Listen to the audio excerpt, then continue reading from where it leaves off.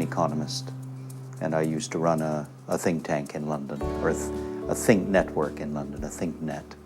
Well, I've been working in a think tank, that particular think tank, since the early 1980s. Think tanks are started and operated on the principle that good analysis and good thinking is a better source of good policy than unreality. So reality is a better basis for policy than its opposite.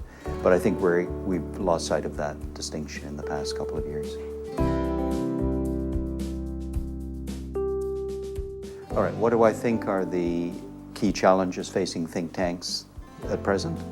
I think the most important one is the increasing tendency of politicians, and a growing number of politicians, to base their policy arguments on facts which are not facts, which are in fact lies usually, or at least clever misinterpretations of real facts.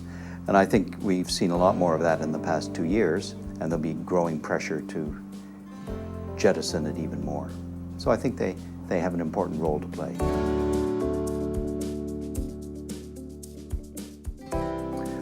It's a sector that is an interesting sector. If it works well, it can play an important role in public policy. And I think some of the values that think tanks espouse are under attack these days, and they need defending. I've been involved in the open directory of think tanks. In some sense, On Think Tanks is almost an organization that represents the sector of think tanks.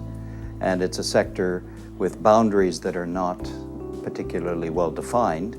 It's sometimes hard to decide what is a think tank and what isn't, but we know that there's quite a number of them in the world. So as an organization that hopes to represent the sector and help it work a little bit better, the logical first step seems to be to try to understand better who's in the sector. So it's really just the scaffolding on which a bunch of other initiatives can be erected.